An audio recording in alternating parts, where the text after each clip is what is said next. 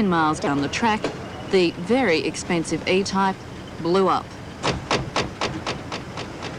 Well, at that time, if I had a match, I probably would have put a match to it if it was insured. Why would you pay? Why would you keep paying out money? I mean, how could you pay out $52,000 for a car? Well, firstly, when you've had a quote of around about the $14,000 mark and you've paid out 15, you add the cost of the vehicle to that, and your investment's $35,000. You can't just scrap an investment like that. But how long can anyone afford to keep reaching into their pocket? Over the past 5 years, John Rout says, yes, there was a period of 8 months when he did ask for work to be stopped. He'd simply run out of money. He'd sold his Canberra townhouse and taken out a number of loans, all just to keep up with the payments on that car.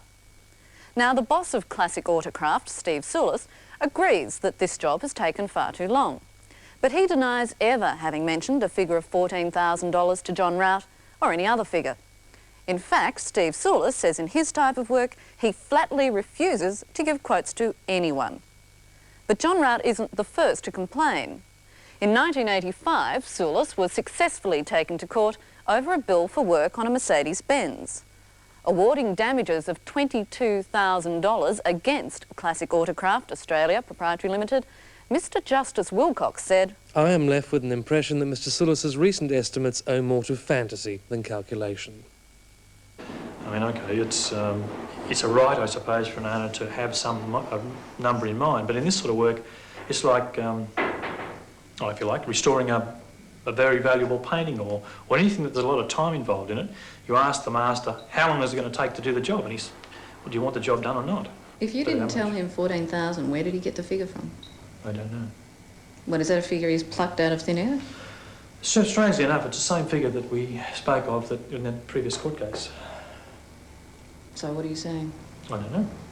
Just interesting that it happened to be the two same numbers. But wouldn't he have asked, as most people would? Sure, he would have. He may have asked that, what sort of rough number we were talking about.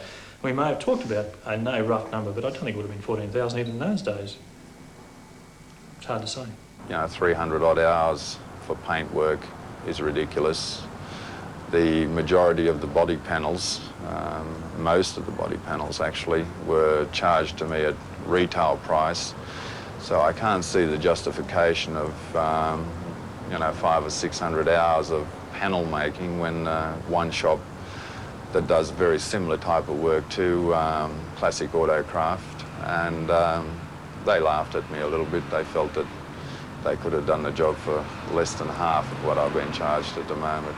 Well, I mean, it's you pay for what you get. It's the only way you get quality is by putting time into it. But the ironic cruelty of this story is that now, even when his car is finished, and Steve Soulis assures us that will be by the end of the month, even when it's finished, John Rout can't afford to drive it.